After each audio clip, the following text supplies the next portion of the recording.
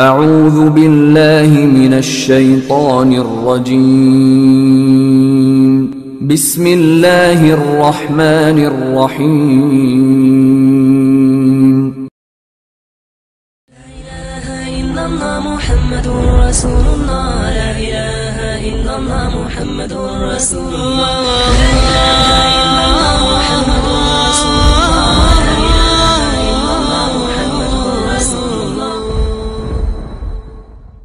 السلام علیکم ورحمۃ اللہ وبرکاتہ۔ الحمدللہ آج ہم سیرت پاک صلی اللہ علیہ وآلہ وسلم پر اپنے 24 لیکچر کا آغاز کرنے جا رہے ہیں۔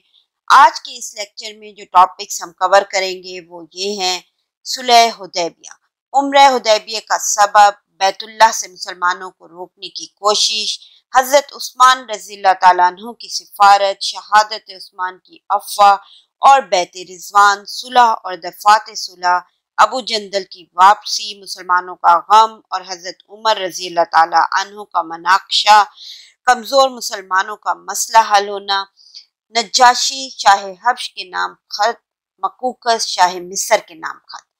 لیکچر شروع کرنے سے پہلے میں آپ لوگوں سے درخواست کروں گی کہ پلیز اس چینل کو لائک کیجئے، سبسکرائب کیجئے اور دوسروں کے ساتھ شیئر کیجئے۔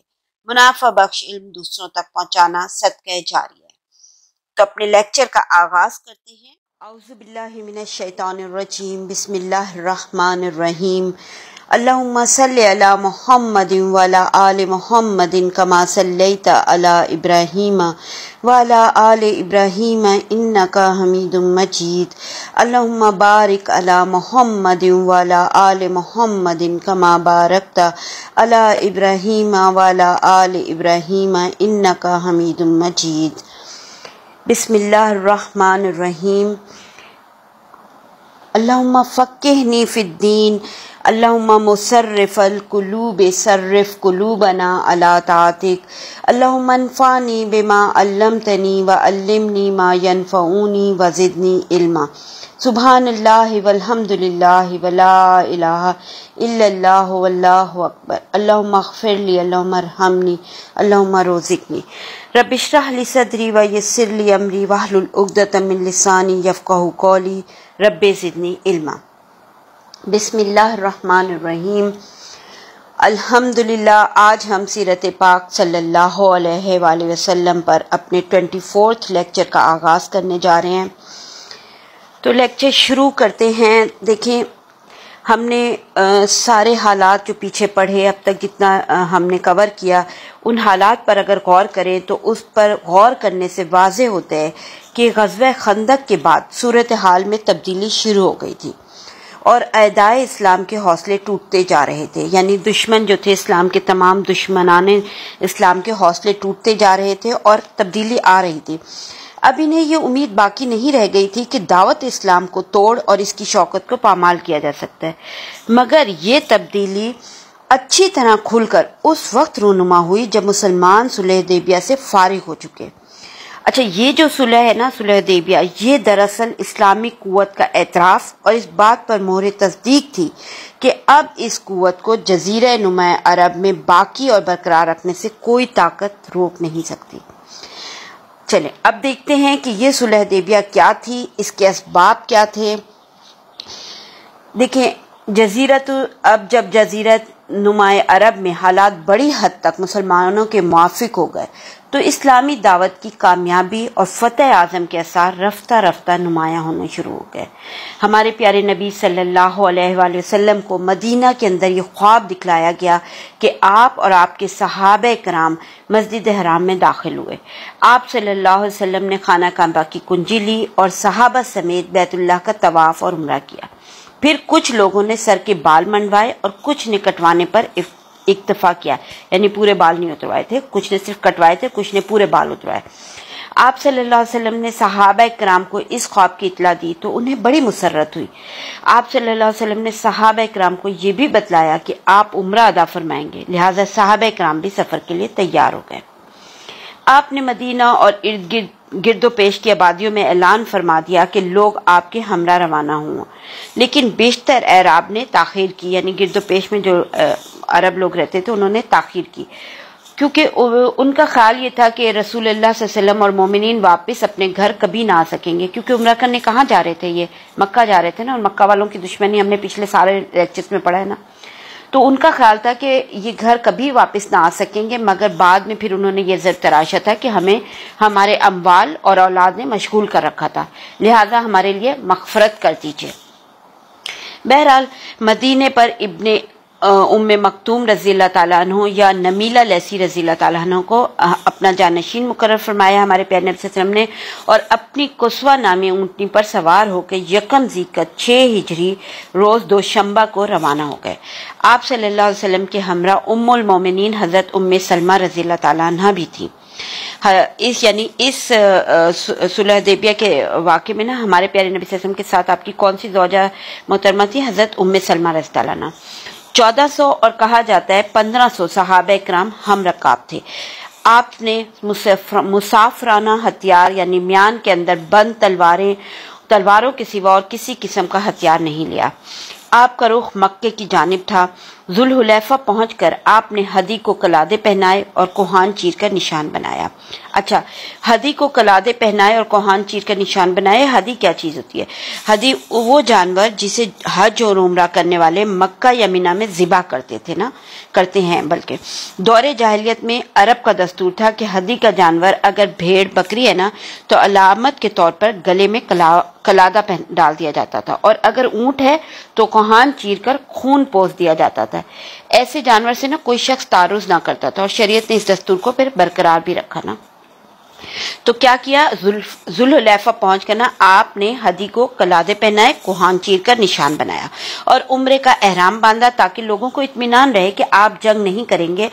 آگے نا قبیلہ خزا کا ایک جاسوس بھی بھیج دیا تاکہ وہ قریش کے عزائم کی خبر لائے۔ جب اسفان کے قریب پہنچے نا تو اس جاسوس نے آ کر اطلاع دی کہ میں کعب بن لوی کو اس حالت میں چھوڑ کر آ رہا ہوں کہ انہوں نے آپ سے مقابلہ کرنے کے لیے احابیش کو جمع کر رکھا ہے۔ اب احابیش یہ حبشی لوگ نہیں ہیں، جیسا کہ بظاہر لفظ سے ظاہر محسوس ہو رہے نا کہ حبشی ہیں، لیکن یہ حبشی لوگ نہیں ہیں، بلکہ کون ہے؟ یہ بنو کنانہ اور دوسرے عرب قبائل کی چند شاخیں ہیں۔ ان سب نے نا مل کر نا پہاڑ کے دامن میں اکٹھے ہو کر قریش سے عہد کیا تھا، اور سب نے مل کر اللہ کی قسم کھائی تھی کہ جب تک رات تاریک اور دن روشن ہے ہم سب دوسروں کے خلاف ایک ہاتھ ہوں گے۔ یعنی سب یہ سارے کون تھے؟ حلیف قبائل تھے قریش کے نا۔ تو اس نے جاسوس نے آ کے کیا اطلاع دی کہ یہ لوگ آپ سے مقابلہ کرنے کے لیے جمع ہوئے ہیں اور وہ آپ کو مقابلہ کریں گے، وہ آپ سے لڑنے اور آپ کو بیت اللہ سے روکنے کا تہیہ بھی کیے ہوئے ہیں۔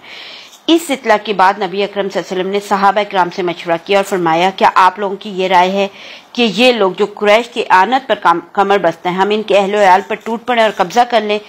بیچ میں آ رہے تھے نا قبائل سارے، یا یہ کہ ہم خانہ کعبہ کا رخ کریں اور جو راہ میں حائل ہو اس سے لڑائی کریں؟ اس پر حضرت ابو بکر صدیق رضی اللہ عنہ نے عرض کیا کہ اللہ اور اس کے رسول بہتر جانتے ہیں، مگر ہم عمرہ ادا کرنے آئے ہیں، کسی سے لڑنے نہیں آئے ہیں، البتہ جو ہمارے اور بیت اللہ کے درمیان حائل ہوگا اس سے لڑائی کریں گے۔ نبی اکرم صلی اللہ علیہ وسلم نے فرمایا اچھا تب چلو، چنانچہ لوگوں نے سفر جاری رکھا۔ آپ یہاں پہ دیکھیں، پہلے بھی ہم پوری کتاب میں پڑھتے آ رہے ہیں کہ ہمارے پیارے نبی صلی اللہ علیہ وسلم مشورہ لیتے تھے اپنے صحابہ کرام سے، اور یہ اس وقت مشورہ لے رہے ہیں آپ صلی اللہ علیہ وسلم، اور حضرت ابو بکر صدیق رضی اللہ عنہ کے مشورے پہ پھر عمل بھی کیا ہے نا۔ ٹھیک ہے، رسول اللہ صلی اللہ علیہ وسلم نے جب احابیش سے کترا کر اپنا سفر جاری رکھا تو بنی کعب کے ایک آدمی نے آ کر آپ کو اطلاع دی کہ قریش نے مقام ذی طویٰ میں پڑاؤ ڈال رکھا ہے، اور خالد بن ولید جو اس وقت تک مسلمان نہیں ہوئے تھے نا، وہ 200 سواروں کا دستہ لے کے کراؤل غمیم میں تیار کھڑے ہیں۔ کراؤل غمیم کہاں ہے؟ کراؤل غمیم نا مکہ جانے والی مرکزی اور کاروانی شاہراہ پہ واقع ہے۔ تو خالد بن ولید نے نا اپنے سواروں کو نا ایسی جگہ تعینات کیا تھا جہاں سے دونوں فریق ایک دوسرے کو دیکھ رہے تھے۔ خالد بن ولید نے ظہر کی نماز میں دیکھا کہ مسلمان رکوع اور سجدے کر رہے ہیں، تو کہنے لگے یہ لوگ غافل تھے، ہم نے حملہ کر دیا ہوتا تو انہیں مار لیا ہوتا۔ اس کے بعد طے کیا کہ عصر کی نماز میں مسلمانوں پہ اچانک ٹوٹ پڑیں گے، لیکن اللہ نے اسی دوران صلاۃ خوف کون سی نماز ہوتی ہے؟ حالت جنگ کی مخصوص نماز ہوتی ہے، یہ جو ہے نا بریک کر کے پڑھی جاتی ہے۔ اس کا خیر اس کے بارے میں ڈیٹیل جو ہے نا سورہ نساء کی آیت نمبر 102 میں ہے نا۔ خالد بن ولید نے یہ صلاۃ خوف کا اللہ تعالیٰ نے حکم نازل کر دیا اور پھر خالد بن ولید کے ہاتھ سے پھر موقع جاتا رہا نا. اچھا پھر ہمارے پیارے نبی صلی اللہ علیہ وسلم نے ادھر کیا کیا، قراء الغمیم کا مرکزی راستہ چھوڑ کر نا ایک دوسرا پرپیچ راستہ اختیار کیا جو پہاڑی گھاٹیوں کے درمیان سے ہو کر گزرتا تھا. یعنی آپ صلی اللہ علیہ وسلم داہنی جانب کترا کر حمش کے درمیان سے گزرتے ہوئے ایک ایسے راستے پہ چلے جو سنیۃ المرار پر نکلتا تھا. سنیۃ المرار سے نا حدیبیہ میں اترتے ہیں نا، اور حدیبیہ کہاں ہے؟ مکہ کے زیریں علاقے میں واقع ہے. اس راستے کو اختیار کرنے کا فائدہ یہ ہوا کہ قراء الغمیم کا وہ مرکزی راستہ جو تنیم سے گزر کر حرم تک جاتا تھا نا، جس پر خالد بن ولید کا رسالہ تعینات تھا، وہ بائیں جانب چھوٹ گیا. خالد بن ولید نے مسلمانوں کے جب گرد و غبار کو دیکھا نا تو انہیں یہ محسوس کیا کہ انہوں نے راستہ تبدیل کر دیا ہے، تو گھوڑے کو ایڑ لگائی اور قریش کو اس نئی صورتحال کے خطرے سے آگاہ کرنے کے لیے بھاگم بھاگ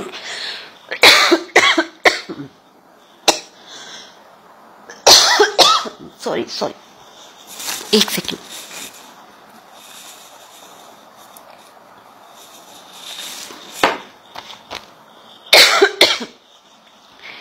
تو وہ ایکسکیوز می سوری قریش کو نا خالد بن ولید نے اس نئی صورتحال کے خطرے سے آگاہ کرنے کے لیے بھاگم بھاگ کیا مکہ پہنچے نا.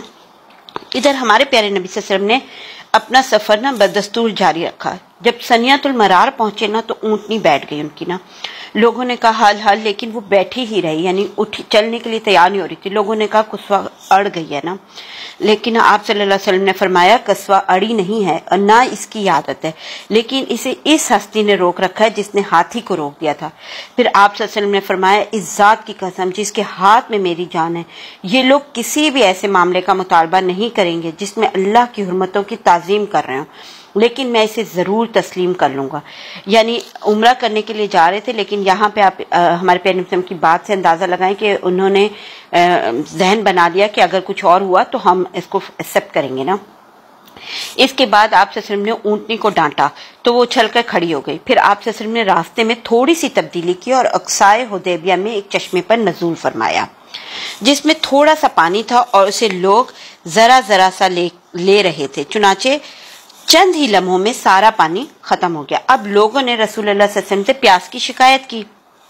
ظاہر ہے پانی ختم ہو گیا تو وہاں پہ ٹھہرے ہوئے تھے تو شکایت کی پانی کی پیاس کی. تو آپ صلی اللہ علیہ وسلم نے ترکش سے ایک تیر نکالا، حکم دیا کہ چشمے میں ڈال دیں. لوگوں نے ایسا ہی کیا. اس کے بعد اس چشمے سے مسلسل پانی ابلتا رہا یہاں تک کہ تمام لوگ آسودہ ہو کے واپس ہو گئے، یعنی تمام لوگوں نے پی لیا. اچھا یہ جو واقعہ ہے نا یہ ایک اور کتاب ہے، اس کتاب میں نہیں ہے، یہ ایک اور کتاب ہے معجزات نبوی صلی اللہ علیہ وسلم، اور جس کے مؤلف نا شیخ الاسلام امام ابن تیمیہ رحمۃ اللہ علیہ کے تلمیذ خاص علامہ حافظ اماد الدین بن کثیر رحمۃ اللہ علیہ.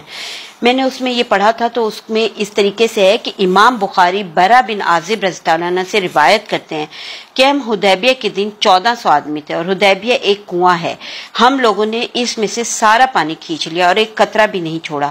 نبی اکرم صلی اللہ علیہ وسلم کنویں کے مین پر بیٹھ گئے اور پانی کے لیے دعا مانگی، پھر کنویں میں کلی کی. ہم لوگ قریب ہی میں تھے. اس کے بعد ہم نے سیر ہو کے پانی پیا اور ہمارے اونٹ بھی اچھی طرح سیراب ہو گئے. تو یہ معجزہ ہے ہمارے پیارے نبی صلی اللہ علیہ وسلم کا. پھر اچھا یہاں پر نا یہاں یعنی اس جگہ پہ حدیبیہ کے مقام پہ بدیل بن ورقہ خزائی نا اپنے قبیلے خزا کے چند افراد کی میت میں حاضر ہوا ہمارے پیارے نبی صلی اللہ علیہ وسلم کے پاس. تہامہ کے باشندوں میں نا یہی قبیلہ خزا رسول اللہ صلی اللہ علیہ وسلم کا خیر خواہ تھا. بدیل نے کہا قریش آپ سے لڑنے اور آپ کو بیت اللہ سے روکنے کا تہیہ کیے ہوئے ہیں. ہمارے پیارے نبی صلی اللہ علیہ وسلم نے اس پر فرمایا اور کتنے کلیئر الفاظ فرمائے ہیں. دیکھیں ہمارے پیارے نبی صلی اللہ علیہ وسلم نے فرمایا ہم کسی سے لڑنے نہیں آئے ہیں. قریش کو لڑائیوں نے توڑ ڈالا ہے اور سخت ضرر پہنچایا ہے، اس لیے اگر وہ چاہیں تو ان سے ایک مدت طے کر لوں اور وہ میرے اور لوگوں کے درمیان سے ہٹ جائیں، اور اگر وہ چاہیں تو جس چیز میں لوگ داخل ہوئے ہیں اس میں وہ بھی داخل ہو جائیں، ورنہ ان کو راحت تو حاصل ہی رہے گی. اور اگر انہیں لڑائی کے سوا کچھ منظور نہیں تو اس ذات کی قسم جس کے ہاتھ میں میری جان ہے، میں اپنے دین کے معاملے میں ان سے اس وقت تک لڑتا رہوں گا جب تک میری گردن جدا نہ ہو جائے یا جب تک اللہ اپنا امر نافذ نہ کر دے. دیکھیں ہمارے پیارے نبی صلی اللہ علیہ وسلم کے الفاظ پہ غور کیجئے، کتنے کلیئر ٹو دا پوائنٹ، ہر پوائنٹ کو کلیئر کر دیا. ٹھیک ہے. اب یہ جب یہ بدیل نے جب کہا کہ آپ جو کچھ کہہ رہے ہیں میں اسے قریش تک پہنچا دوں گا، یعنی اس نے یہ ساری باتیں غور سے سنی اور اس نے کہا کہ جو کچھ آپ کہہ رہے ہیں میں اسے قریش تک پہنچا دوں گا۔ اس کے بعد وہ قریش کے پاس پہنچا اور بدیل نے واپس پلٹ کر نا قریش کو یہ بات سنائی تو انہوں نے مکرس بن حفص کو بھیجا۔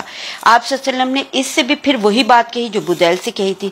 اس کے بعد قریش نے احابیش کے سردار حلیس بن علقمہ کو بھیجا نا۔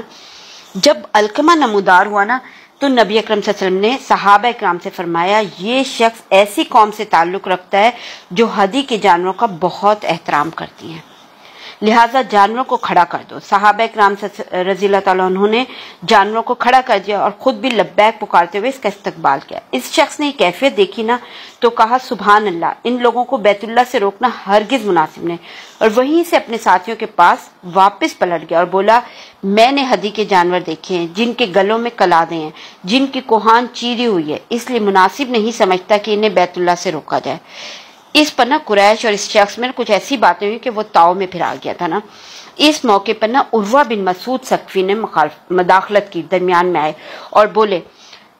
عروہ بن مسعود ثقفی اس وقت تک مسلمان نہیں تھے، وہ بولا کہ اس شخص یعنی محمد صلی اللہ علیہ وسلم نے تمہارے سامنے ایک اچھی تجویز پیش کی ہے، لہٰذا اسے قبول کر لو اور مجھے ان کے پاس جانے دو۔ قریش نے کہا جاؤ، چنانچہ وہ آپ صلی اللہ علیہ وسلم کے پاس حاضر ہوا، گفتگو شروع کی۔ نبی اکرم صلی اللہ علیہ وسلم نے اس سے بھی وہی بات کہی جو بدیل سے کہی تھی۔ اس پر عروہ نے کہا کہ اے محمد صلی اللہ علیہ وسلم یہ بتائیے کہ اگر آپ نے اپنی قوم کا صفایا بھی کر دیا تو کیا اپنے آپ سے پہلے کسی عرب کے متعلق سنا ہے کہ اس نے اپنی قوم کا صفایا کر دیا؟ وہ اسی قسم کی نا گفتگو کر رہا تھا، یعنی کافی دیر تک وہ بات کرتا رہا۔ اچھا جب وہ گفتگو کرتا تھا نا تو آپ کی داڑھی پکڑ لیتا۔ مغیرہ بن شعبہ رضی اللہ تعالیٰ عنہ نبی اکرم صلی اللہ علیہ وسلم کے سر کے پاس ہی کھڑے تھے، ہاتھ میں تلوار تھی۔ عروہ جب نبی صلی اللہ علیہ وسلم کی داڑھی کے طرف ہاتھ بڑھاتا تو وہ تلوار کے دستے سے اس کے ہاتھ پر مارتے اور کہتے کہ اپنا ہاتھ نبی صلی اللہ علیہ وسلم کی داڑھی سے پرے رکھ۔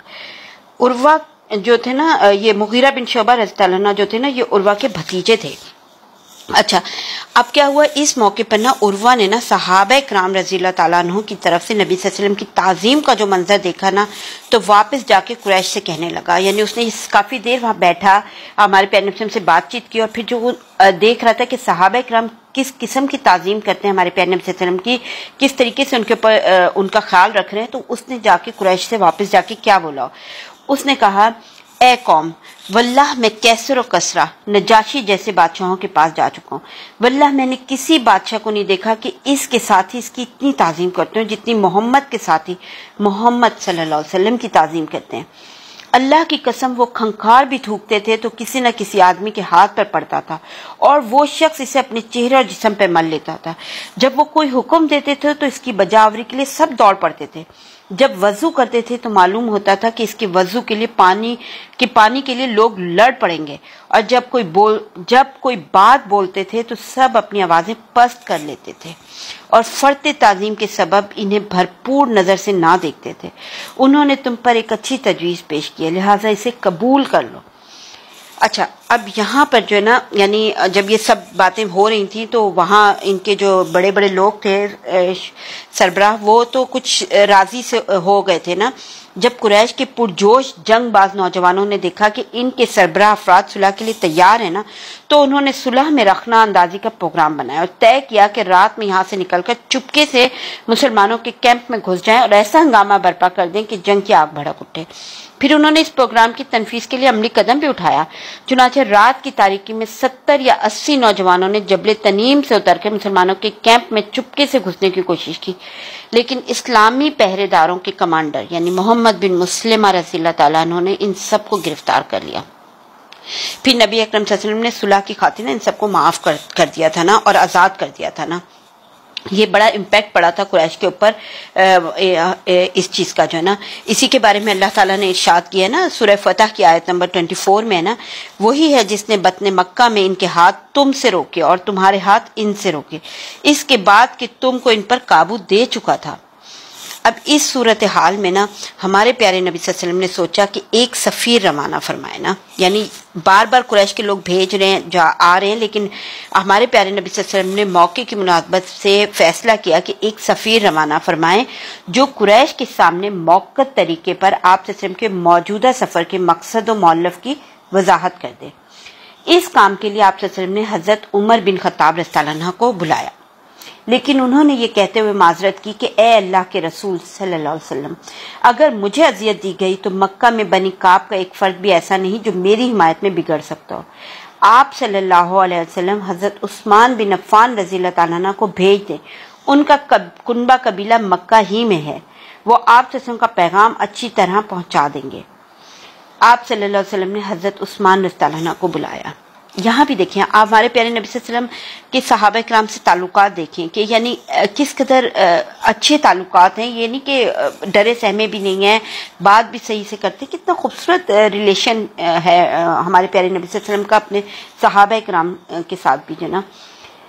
آپ صلی اللہ علیہ وسلم نے حضرت عثمان رضی اللہ عنہ کو بلایا، قریش کے پاس روانگی کا حکم دیتے ہوئے فرمایا انہیں بتلا دو کہ ہم لڑنے نہیں آئے ہیں، عمرہ کرنے آئے ہیں، انہیں اسلام کی دعوت بھی دو۔ آپ صلی اللہ علیہ وسلم نے حضرت عثمان رضی اللہ عنہ کو یہ حکم دیا کہ وہ مکہ میں اہل ایمان مردوں اور عورتوں کے پاس جا کر انہیں فتح کی بشارت سنا دیں اور یہ بتلا دیں کہ اللہ عز و جل اب اپنے دین کو مکہ میں ظاہر و غالب کرنے والا ہے، یہاں تک کہ ایمان کی وجہ سے کسی کو یہاں روپوش ہونے کی ضرورت نہ ہوگی۔ یعنی خوشخبری سنانے کے لیے بھی کہا اور ان کو یہ بھی کہا کہ جو نا جا کے انہیں بتائیں کہ ہم لڑنے نہیں آئے، صرف عمرہ کرنے آئے ہیں نا، اور فتح کی بشارت بھی سنانے کے لیے کہا کہ جو وہاں مسلمان ہیں ان کو فتح کی بشارت سنا دیں۔ اب حضرت عثمان رضی اللہ عنہ آپ صلی اللہ علیہ وسلم کا پیغام لے کے روانہ ہوئے، مقام بلدہ میں نا قریش کے پاس سے گزرے تو انہوں نے پوچھا کہاں کا ارادہ ہے؟ فرمایا مجھے رسول اللہ صلی اللہ علیہ وسلم نے یہ اور یہ پیغام دے کر بھیجا ہے۔ قریش نے کہا ہم نے آپ کی بات سن لی، آپ اپنے کام پہ جائیے، یعنی آپ جا سکتے ہیں۔ ادھر سعید بن عاص نے اٹھ کر حضرت عثمان رضی اللہ عنہ کو مرحبا کہا اور اپنے گھوڑے پر زین کس کر آپ کو سوار کیا، ساتھ بٹھا کر اپنی پناہ میں مکہ لے گیا۔ وہاں جا کے حضرت عثمان رضی اللہ عنہ نے سربراہان قریش کو رسول اللہ صلی اللہ علیہ وسلم کا پیغام سنایا۔ جب انہوں نے پیغام سن لیا نا، اس کے سننے کے بعد قریش نے حضرت یعنی عثمان رضی اللہ عنہ کو پیشکش کی کہ آپ بیت اللہ کا طواف کر لیں جا کے نا، مگر آپ نے یہ پیشکش مسترد کر دی اور یہ گوارا نہ کیا کہ رسول اللہ صلی اللہ علیہ وسلم کے طواف کرنے سے پہلے خود طواف کر لیں۔ یعنی انہیں تو پیشکش کر دی تھی انہوں نے اسی وقت کہ آپ جا کے طواف کر لیں، لیکن انہوں نے کہا نہیں، جب تک ہمارے پیارے نبی صلی اللہ علیہ وسلم طواف نہیں کریں گے وہ طواف نہیں کر سکتے نا، تو انہوں نے پیشکش قبول نہیں کی۔ اچھا، حضرت عثمان رضی اللہ عنہ اپنی سفارت کی مہم پوری کر چکے تھے، لیکن قریش نے انہیں اپنے پاس روک لیا، یعنی وہ پیغام پورا پہنچا چکے تھے اور سب کچھ کر چکے تھے۔ قریش نے انہیں کیوں روکا؟ غالباً وہ چاہتے تھے کہ پیش آمدہ صورتحال پر باہم مشورہ کر کے کوئی قطعی فیصلہ کر لیں اور حضرت عثمان رضی اللہ عنہ کو ان کے لائے ہوئے پیغام کا جواب دے کے واپس کریں، مگر کیونکہ جو ہے نا حضرت عثمان رضی اللہ عنہ کے دیر تک رکے رہنے کی وجہ سے مسلمانوں میں یہ افواہ پھیل گئی کہ انہیں قتل کر دیا گیا ہے نا، یعنی ظاہر ہے وہ وہاں پہ بیٹھے ہوئے تھے تو ادھر انہیں یہ اطلاع ملی کہ شاید انہیں قتل کر دیا گیا نا حضرت عثمان رضی اللہ عنہ کو۔ اچھا، اب جب چونکہ قاصد کو قتل کرنے کے معنی اعلان جنگ ہے نا، اس لیے رسول اللہ صلی اللہ علیہ وسلم نے یہ بات سنی تو فرمایا ہم اس جگہ سے ٹل نہیں سکتے یہاں تک کہ ان لوگوں سے مارکا آرائی نہ کر لیں۔ پھر آپ صلی اللہ علیہ وسلم نے ایک درخت کے نیچے صحابہ کرام رضی اللہ عنہ کو جنگ پر بیعت کرنے کی دعوت دی۔ تمام صحابہ کرام نے بڑی گرم جوشی کے ساتھ موت پر اور میدان سے نہ بھاگنے پر بیعت کی۔ موت پر کیوں؟ کیونکہ دیکھیں نا، یہ جب قتل کر دیا ہے تو یہ موت ہی، یعنی مکہ میں کے قریب پہنچے ہوئے نا، پورا مکہ قریش کے لوگ جو سب سے بڑے دشمن تھے وہ سامنے ہیں، اور یہ کسی جنگ کی تیاری کے ساتھ نہیں آئے تھے، ہتھیار لے کے نہیں آئے تھے۔ اس پر ہمارے پیارے نبی صلی اللہ علیہ وسلم نے جب یہ کہا کہ جنگ پر بیعت کرنے کی دعوت دی تو کیا تمام صحابہ کرام نے بڑی گرم جوشی کے ساتھ موت پر اور میدان سے نہ بھاگنے پر بیعت کی۔ ہمارے پیارے نبی صلی اللہ علیہ وسلم نے اپنا ایک ہاتھ دوسرے ہاتھ پہ پکڑ کے فرمایا یہ عثمان کا ہاتھ ہے، یعنی تمام صحابہ کرام کے ساتھ حضرت عثمان رضی اللہ تعالیٰ عنہ کی جانب سے خود بیعت کی نا۔ اچھا، اب جب یہاں بیعت مکمل ہو چکی تو حضرت عثمان رضی اللہ عنہ بھی واپس آ گئے، ظاہر بیعت کمپلیٹ ہو گئی تھی تو اسی وقت جو ہے نا حضرت عثمان رضی اللہ عنہ بھی واپس آ گئے۔ اچھا، اس بیعت میں نا سب جو صحابہ کرام تھے، جتنے بھی مسلمان تھے، سب نے شرکت کی تھی، سب نے بیعت کی تھی سوائے ایک آدمی کے۔ وہ کون تھا؟ وہ منافق تھا، اس نے شرکت نہیں کی، اس نے بیعت نہیں کی تھی۔ وہ اس کا نام کیا تھا؟ جد بن قیس تھا۔ ہمارے پیارے نبی صلی اللہ علیہ وسلم نے یہ بیعت ایک درخت کے نیچے لی تھی۔ حضرت عمر رضی اللہ تعالیٰ عنہ دست مبارک تھامے ہوئے تھے اور حضرت موکل بن یسار رضی اللہ تعالیٰ عنہ نے درخت کی بعض ٹہنیاں پکڑ کے رسول صلی اللہ علیہ وسلم کے اوپر سے ہٹا رکھی تھی۔ اسی بیعت کا نام بیعت رضوان ہے، اور اسی کے بارے میں اللہ تعالیٰ نے سورہ فتح کی آیت نمبر 18 میں کیا کہا ہے؟ اللہ مومنین سے راضی ہوا جبکہ وہ آپ سے درخت کے نیچے بیعت کر رہے تھے۔ بہرحال وہاں پہ قریش نے صورتحال کی نزاکت محسوس کر لی، لہٰذا جھٹ سہیل بن عمرو کو معاملات صلح طے کرنے کے لیے روانہ کیا اور یہ تاکید کر دی کہ صلح میں لازماً یہ بات طے کی جائے کہ آپ اس سال واپس چلے جائیں، ایسا نہ ہو کہ عرب یہ کہیں کہ آپ ہمارے شہر میں جبراً داخل ہو گئے۔ ان ہدایات کو لے کر سہیل بن عمرو آپ صلی اللہ علیہ وسلم کے پاس حاضر ہوا۔ نبی اکرم صلی اللہ علیہ وسلم نے اسے آتا دیکھ کے صحابہ کرام سے فرمایا، تمہارا کام تمہارے لیے سہل کر دیا گیا ہے۔ سہل یعنی آسان کر دیا گیا ہے۔ اس شخص کو بھیجنے کا مطلب ہی یہ ہے کہ قریش صلح چاہتے ہیں۔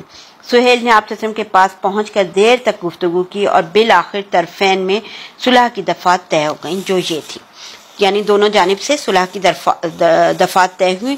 یہ 4 دفعات میں آپ کو بتاتی ہوں۔ ان میں سے رسول اللہ صلی اللہ علیہ وسلم اس سال مکہ میں داخل ہوئے بغیر واپس چلے جائیں گے، اگلے سال مسلمان مکہ آئیں گے اور 3 روز قیام کریں گے۔ ان کے ساتھ سوار کا ہتھیار ہوگا، میانوں میں تلواریں ہوں گی، ان سے کسی قسم کا تعارض نہیں کیا جائے گا۔ یہ پہلی دفعہ تھی۔ دوسری کیا تھی؟ 10 سال تک فریقین جنگ بند رکھیں گے، اس عرصے میں لوگ معمون رہیں گے، کوئی کسی پر ہاتھ نہیں اٹھائے گا۔ تیسری کیا تھی؟ جو محمد صلی اللہ علیہ وسلم کے عہد و پیمان میں داخل ہونا چاہے داخل ہو سکے گا، اور جو قریش کے عہد و پیمان میں داخل ہونا چاہے داخل ہو سکے گا۔ جو قبیلہ جس فریق میں شامل ہوگا اس فریق کا ایک جز سمجھا جائے گا، لہذا ایسے کسی قبیلے پہ زیادتی ہوئی تو خود اس فریق پر زیادتی تصور کی جائے گی۔ چوتھی کیا تھی کہ قریش کا جو آدمی اپنے سرپرست کی اجازت کے بغیر یعنی بھاگ کر محمد صلی اللہ علیہ وسلم کے پاس جائے گا، محمد صلی اللہ علیہ وآلہ وسلم اسے واپس کر دیں گے، لیکن محمد صلی اللہ علیہ وسلم کے ساتھیوں میں سے جو شخص پناہ کی غرض سے بھاگ کر قریش کے پاس آئے گا، قریش اسے واپس نہ کریں گے۔ اچھا، اس کے بعد نا یہ 4 دفعات طے ہوئی تھی۔ اس کے بعد آپ صلی اللہ علیہ وسلم نے حضرت علی رضی اللہ عنہ کو بلا کر کہا کہ تحریر لکھیں، یعنی حضرت علی رضی اللہ عنہ لکھنا جانتے ہوں گے نا، تو اس لیے انہیں بلایا تھا۔ تو اور یہ املا کرائی نا، آپ صلی اللہ علیہ وسلم نے کہا لکھیے بسم اللہ الرحمن الرحیم۔ اس پر سہیل نے کہا ہم نہیں جانتے رحمان کون ہے، رحمان کیا ہے، آپ یوں لکھیے بسم کلہم، یعنی اے اللہ تیرے نام سے۔ نبی اکرم صلی اللہ علیہ وسلم نے حضرت علی رضی اللہ عنہ کو حکم دیا کہ یہی لکھو۔ اس کے بعد آپ صلی اللہ علیہ وسلم نے دوبارہ آگے شروع کروایا کہ یہ لکھو کہ یہ وہ بات ہے جس پر محمد رسول اللہ صلی اللہ علیہ وسلم نے مصالحت کی۔ اس پر سہیل نے پھر کہا اگر ہم جانتے کہ آپ اللہ کے رسول ہیں تو پھر ہم نہ تو آپ کو بیت اللہ سے روکتے اور نہ جنگ کرتے، لیکن آپ محمد بن عبداللہ لکھوائیے۔ آپ صلی اللہ علیہ وسلم نے اس پر فرمایا میں اللہ کا رسول ہوں اگرچہ تم لوگ جھٹلاؤ۔ پھر حضرت علی رضی اللہ عنہ کو حکم دیا کہ ٹھیک ہے محمد بن عبداللہ لکھیں اور لفظ رسول اللہ مٹا دیں، لیکن حضرت علی رضی اللہ عنہ نے گوارا نہیں کیا کہ اس لفظ کو مٹائے نا، تو ہمارے پیارے نبی صلی اللہ علیہ وسلم نے خود اپنے ہاتھوں سے مٹا دیا۔ اس کے بعد پھر پوری دستاویز لکھی گئی نا۔ اچھا، جب صلح مکمل ہو چکی، بنو خزاعہ رسول اللہ علیہ وسلم کے عہد و پیمان میں داخل ہو گئے۔ یہ لوگ جو ہے نا حقیقت میں نا یعنی بنو خزاعہ کے لوگ عبد المطلب کے زمانے سے بنو ہاشم کے حلیف تھے، اس لیے عہد و پیمان میں داخلہ در حقیقت اسی قدیم حلف کی تاکید اور پختگی تھی۔ دوسری طرف بنو بکر قریش کے عہد و پیمان میں داخل ہو گئے۔ اچھا، یہ نوشہ صلح بھی لکھا ہی جا رہا تھا نا کہ سہیل کے بیٹے ابو جندل رضی اللہ تعالیٰ عنہ اپنی بیڑیاں گھسیٹتے آ پہنچے۔ یہ سہیل جو یہ لکھوا رہا تھا سہیل بن عمرو، لیکن یہ کہ ابو جندل کون تھے؟ یعنی وہ مسلمان ہو چکے تھے نا، انہی کے بیٹے تھے نا۔ وہ اپنی بیڑیاں گھسیٹتے آ پہنچے، وہ زیریں مکہ سے نکل کر آئے تھے، انہوں نے یہاں پہنچ کر اپنے آپ کو نا مسلمانوں کے درمیان ڈال دیا۔ سہیل نے کہا یہ پہلا شخص ہے جس کے متعلق میں آپ سے معاملہ کرتا ہوں کہ آپ اسے واپس کر دیں، یعنی صلح کی روح سے نا اسے واپس کر دیں۔ تو ہمارے پیارے نبی صلی اللہ علیہ وسلم نے فرمایا ابھی تو ہم نے نوشہ مکمل نہیں کیا ہے نا۔ اس نے کہا تب میں آپ سے کسی بات پر صلح کا کوئی معاملہ ہی نہ کروں گا، تو پہلے تیار بیٹھے تھے نا، تو جب اس طرح کی بات کی تو نبی صلی اللہ علیہ وسلم نے فرمایا اچھا تو تم اس کو میری خاطر چھوڑ دو۔ اس نے کہا میں آپ کی خاطر بھی نہیں چھوڑ سکتا۔ پھر سہیل نے ابو جندل رضی اللہ تعالیٰ عنہ کے چہرے پر چانٹا رسید کے اور مشرکین کی طرف واپس کرنے کے لیے ان کے کرتے کا گلا پکڑ کر گھسیٹا۔ ابو جندل رضی اللہ عنہ زور زور سے چیخ کر کہنے لگے مسلمانوں کیا میں مشرکین کی طرف واپس کیا جاؤں گا کہ وہ مجھے میرے دین کے متعلق فتنے میں ڈالیں؟ رسول اللہ صلی اللہ علیہ وسلم نے فرمایا ابو جندل صبر کرو، اسے باعث ثواب سمجھو، اللہ تمہارے لیے اور تمہارے ساتھ جو دوسرے کمزور مسلمان ہیں ان سب کے لیے کشادگی اور پناہ کی جگہ بنائے گا۔ ہم نے قریش سے صلح کر لی اور ہم نے ان کو اور انہوں نے ہم کو اس پر اللہ کا عہد دے رکھا ہے، اس لیے ہم بدعہدی نہیں کر سکتے۔ تو ہمارے پیارے نبی صلی اللہ علیہ وسلم نے اس کو واپس کر دیا تھا اس طریقے سے۔ دیکھیں اس وقت موقع پہ نا حضرت عمر رضی اللہ عنہ اچھل کر ابو جندل رضی اللہ عنہ کے پاس پہنچے اور ان کے پہلو میں نا چلتے جا رہے تھے، جیسے وہ واپس جا رہے تھے نا تو ان کے پہلو میں چلتے جا رہے تھے اور کہتے جا رہے تھے ابو جندل صبر کرو، یہ لوگ مشرک ہیں، ان کا خون تو بس کتے کا خون ہے۔ ساتھ ہی ساتھ نا اپنی تلوار کا جو دستہ تھا نا وہ بھی ان کے قریب کرتے جا رہے تھے نا۔ اچھا وہ دستہ کیوں قریب کرتے جا رہے تھے حضرت عمر رضی اللہ عنہ؟ وہ کیوں کر رہے تھے اس کا تلوار کا دستہ قریب؟ اس لیے کہ حضرت عمر رضی اللہ عنہ کا خود کا بیان ہے کہ مجھے امید تھی کہ وہ تلوار لے کے اپنے باپ سہیل کو اڑا دیں گے، یعنی قتل کر دیں گے، لیکن انہوں نے اپنے باپ کے بارے میں بخل سے کام لیا اور معاہدہ نافذ ہو گیا۔ ٹھیک ہے، اچھا اب رسول اللہ صلی اللہ علیہ وسلم معاہدہ صلح لکھوا کر فارغ ہو چکے نا، تو فرمایا اٹھو اور اپنے اپنے جانور قربان کر دو، یعنی تمام صحابہ کرام سے فرمایا کہ اٹھ کے اپنے اپنے جانور قربان کر دو، لیکن واللہ کوئی بھی نہ اٹھا، حتیٰ کہ آپ نے یہ بات 3 دفعہ دہرائی لیکن پھر بھی کوئی نہ اٹھا۔ آپ صلی اللہ علیہ وسلم ام سلمہ کے پاس گئے۔ کس کے پاس گئے؟ دیکھیں اب اپنی بیوی کے پاس۔ اور ہم نے پہلے بھی شروع میں پڑھا تھا نا، جب آپ صلی اللہ علیہ وسلم پہ وحی نازل ہوئی تھی تو آپ صلی اللہ علیہ وسلم کو ذرا پریشان ہوئے تھے تو کس کے پاس گئے تھے؟ زوجہ کے پاس۔ اب یہاں بھی کس کے پاس گئے؟ اپنی بیوی کے پاس، یعنی امہات المومنین میں حضرت ام سلمہ رضی اللہ عنہا کے پاس گئے اور لوگوں کے اس پیش آمدہ طرز عمل کا ذکر کیا۔ ام المومنین نے کہا یا رسول اللہ کیا ایسا آپ چاہتے ہیں؟ تو پھر آپ صلی اللہ علیہ وسلم تشریف لے جائیے اور کسی سے کچھ کہے بغیر چپ چاپ اپنا جانور ذبح کر دیجیے اور اپنے حجام کو بلا کر سر منڈا لیجیے۔ اس کے بعد ہمارے پیارے نبی صلی اللہ علیہ وسلم نے باہر تشریف لائے، کسی سے کچھ کہے بغیر یہی کیا، یعنی اپنے ہدی کا جانور ذبح کر دیا اور حجام کو بلا کر سر منڈا لیا۔ جب لوگوں نے دیکھا تو خود بھی اٹھ کر اپنے اپنے جانور ذبح کر دیے، تمام مسلمانوں نے نا جو صحابہ کرام تھے۔ اس کے بعد ایک دوسرے کا سر موڑنے لگے۔ کیفیت یہ تھی کہ معلوم ہوتا تھا فرط غم کے سبب ایک دوسرے کو قتل کر دیں گے۔ اچھا انہیں غم کیوں تھا؟ صحابہ کرام کیوں غمگین تھے؟ فرط غم کے سبب کیوں یعنی ایک دوسرے کو جیسے ایسا لگ رہا تھا قتل کر دیں گے، کیوں اتنے غمگین تھے؟ اس کی وجہ میں آپ کو تھوڑی دیر میں بتاتی ہوں، تھوڑا سا کور کر لیں اس کو، پھر میں آپ کو اس کو بتاتی ہوں کہ کیا وجہ تھی۔ اچھا اس موقع پر نا گائے اور اونٹ 7 آدمیوں کی طرف سے ذبح کیے گئے، کیونکہ گائے اور اونٹ میں 7 لوگوں کا حصہ ہوتا ہے نا، ایک گائے میں ایک اونٹ میں۔ پھر رسول اللہ صلی اللہ علیہ وسلم نے سر منڈلانے والوں کے لیے 3 بار مغفرت کی دعا کی اور کینچی سے کٹانے والوں کے لیے 1 بار۔ یہ بھی پوائنٹ نوٹ کرنے والا ہے یہاں پہ کہ ہمارے پیارے نبی صلی اللہ علیہ وسلم نے جو یعنی یہ مردوں کے لیے ہوتا ہے جو پورے سر کے بال منڈواتے ہیں نا عمرے کے بعد، تو وہ ان کے لیے 3 بار مغفرت کی دعا کی، اور جو کینچی سے جنہوں نے بالوں کو کٹوایا تھا خالی ان کے لیے 1 بار۔ اسی سفر میں اللہ تعالیٰ نے حضرت کعب بن اجرہ رضی اللہ تعالیٰ عنہ کے سلسلے میں یہ بھی حکم نازل فرمایا کہ جو شخص اذیت کے سبب اپنا سر حالت احرام میں منڈلا لے وہ روزے یا صدقے یا ذبیحے کی شکل میں فدیہ دے۔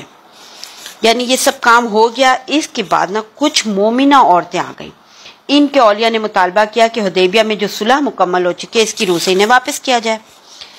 ٹھیک ہے، لیکن آپ صلی اللہ علیہ وسلم نے یہ مطالبہ اس دلیل کی بنا پر مسترد کر دیا کہ اس دفعہ کے متعلق معاہدے میں جو لفظ لکھا گیا تھا وہ کیا تھا۔ اب کیا تھا وہ لفظ؟ آپ ذرا سا دیکھیں کہ معاہدے میں لفظ کیا لکھا گیا تھا۔ اس صلح کے معاہدے میں وہ یہ لکھا گیا تھا کہ ہمارا جو آدمی آپ کے پاس جائے گا آپ اسے لازماً واپس کر دیں گے۔ ٹھیک ہے، لہٰذا عورتیں تو اس معاہدے میں سرے سے داخل ہی نہ تھیں۔ پھر اللہ تعالیٰ نے بھی اسی سلسلے میں سورہ ممتحانہ کی آیت نمبر 10 نازل کی نا۔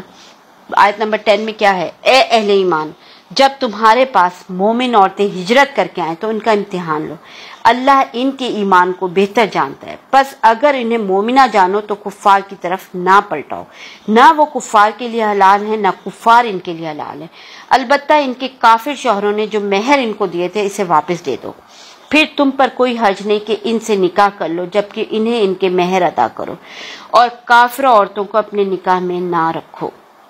اس آیت کے نازل ہونے کے بعد جب کوئی مومنہ عورت ہجرت کر کے آتی تو ہمارے پیارے نبی صلی اللہ علیہ وسلم اللہ تعالیٰ کے اس ارشاد کی روشنی میں اس کا امتحان لیتے، جیسا کہ اس آیت میں بھی ہے نا کہ ان کا امتحان لو، اور وہ امتحان کس چیز کا امتحان لیتے تھے، وہ اسی سورہ ممتحانہ کی آیت نمبر 12 میں ہے نا کہ اے نبی صلی اللہ علیہ وسلم جب تمہارے پاس مومن عورتیں آئیں اس بات پر بیعت کریں کہ وہ اللہ کے ساتھ کسی چیز کو شریک نہ کریں گی، نمبر 2 چوری نہ کریں گی، زنا نہ کریں گی، اپنی اولاد کو قتل نہ کریں گی، اپنے ہاتھ پاؤں کے درمیان سے کوئی بہتان گھڑ کر نہ لائیں گی، اور کسی معروف بات میں تمہاری نافرمانی نہ کریں گی تو ان سے بیعت لے لو اور ان کے لیے اللہ سے دعائیں مغفرت کرو، یقیناً اللہ غفور الرحیم ہے۔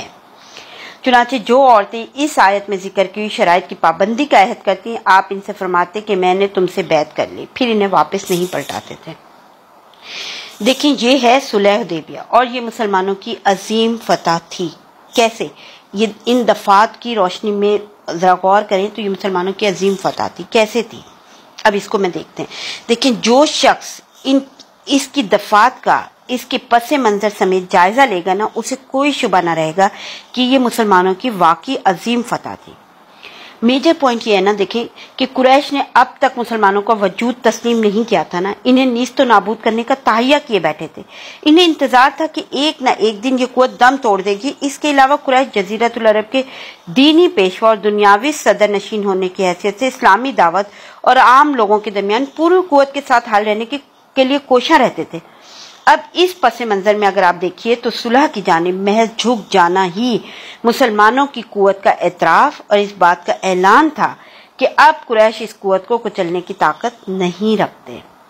پھر اب ذرا ہم ان چاروں دفعات کو نا تھوڑا تھوڑا میں اس کو ایکسپلین کرتی ہوں۔ دیکھیں جیسے سب سے پہلے تیسری جو دفعہ تھی وہ کیا تھی کہ جو محمد صلی اللہ علیہ وسلم کے عہد و پیمان میں داخل ہونا چاہے داخل ہو سکے گا، اور جو قریش کے عہد و پیمان میں داخل ہونا چاہے داخل ہو سکے گا۔ تو اس دفعہ کے پیچھے نا صاف طور پہ یہ نفسیاتی کیفیت کار فرما نظر آتی ہے کہ قریش کو نا دنیاوی صدر نشینی اور دینی پیشوائی کا جو منصب حاصل تھا نا اسے انہوں نے بالکل بھلا دیا تھا۔ اب انہیں صرف اپنی پڑی تھی، ان کو اس سے کوئی سروکار نہیں تھا کہ بقیہ لوگوں کا کیا بنتا ہے۔ یعنی اگر سارے کے سارا جزیرۃ العرب ہلکا بگوش اسلام ہو جائے تو قریش کو اس کی کوئی پرواہ نہیں، وہ اس میں کسی قسم کی مداخلت نہ کریں گے۔ یہی کہہ رہے ہیں نا وہ اس دفعہ کی روح سے۔ تو کیا قریش کے عزائم اور مقاصد کے لحاظ سے ان کی شکست فاش نہیں ہے نا؟ اور مسلمانوں کے مقاصد کے لحاظ سے تو یہ فتح مبین ہے۔ آخر اہل اسلام اور اعدائے اسلام یعنی اسلام کے دشمنوں کے درمیان جو خون ریز جنگیں پیش آئی ہیں ان کے درمیان، اس کا منشا اور مقصد اس کے سوا کیا تھا کہ عقیدے اور دین کے بارے میں لوگوں کو مکمل آزادی اور خود مختاری حاصل ہو جائے، یعنی اپنی آزاد مرضی سے جو شخص چاہے مسلمانوں کا یہ مقصد تو ہرگز نہیں تھا نا کہ دشمن کے مال ضبط کیے جائیں۔ اب اگر دفعہ 2 دیکھیں ہم، دفعہ 2 بھی در حقیقت اس فتح مبین کا ایک جز ہے۔ کیوں؟ دفعہ 2 میں کیا ہے؟ فریقین میں 10 سال کی جنگ بند رہے گی، کیونکہ دیکھیں جنگ کی ابتدا مسلمانوں نے نہیں بلکہ مشرکین نے کی تھی۔ ہم پیچھے سارا پڑھ چکے ہیں نا۔ جہاں تک مسلمانوں کی طلائیہ گردیوں اور فوجی گشتیوں کا تعلق ہے تو مسلمانوں کا مقصد ان سے صرف یہ تھا کہ قریش اپنے احمقانہ غرور اور اللہ کی راہ روکنے سے باز آ جائے نا اور مساوانہ بنیاد پر معاملہ کریں۔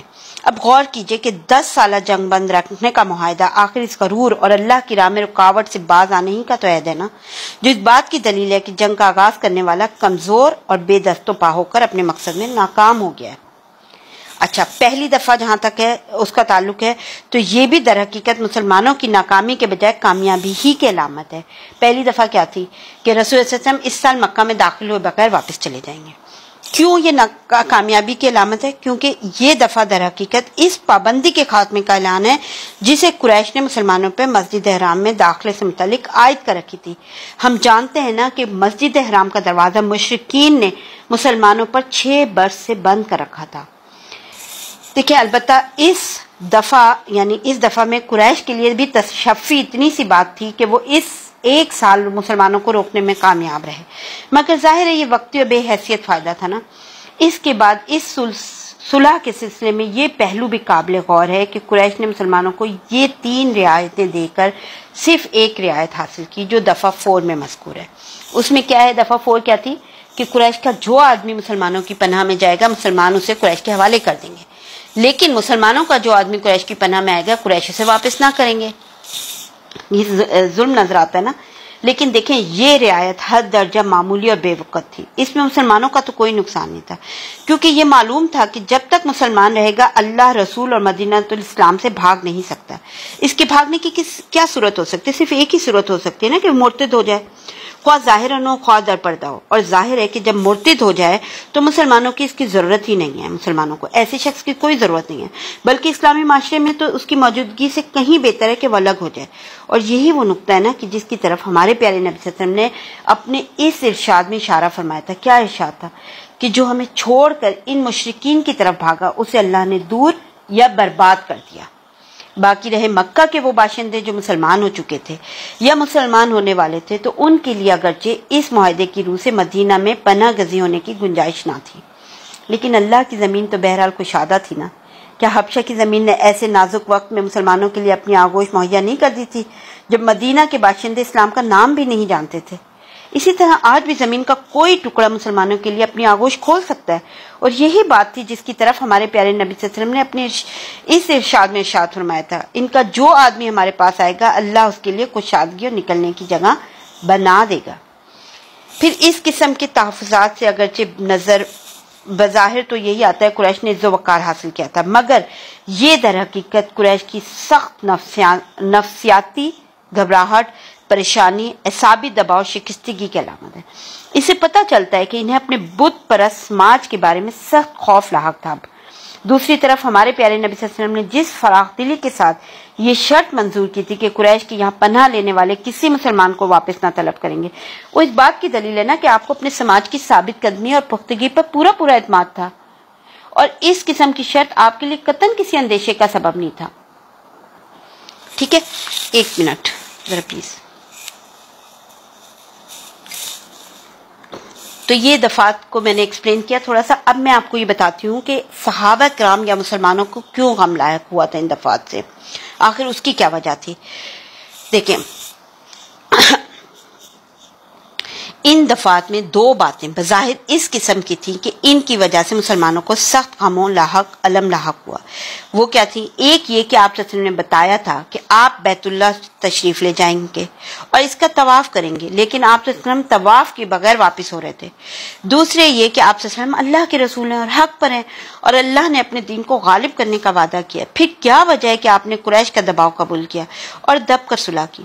یہ دونوں باتیں نا طرح طرح کی شکوک و شبہات اور گمان اور وسوسے سے پیدا کر رہی تھیں.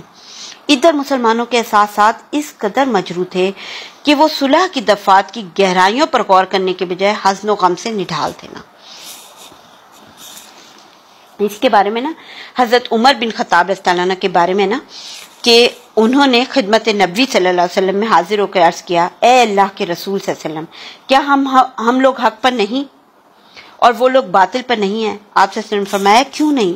تو انہوں نے کہا کیا ہمارے مقتولین جنت میں ان کے مقتولین جہنم میں نہیں ہیں؟ آپ صلی اللہ علیہ وسلم نے فرمایا کیوں نہیں؟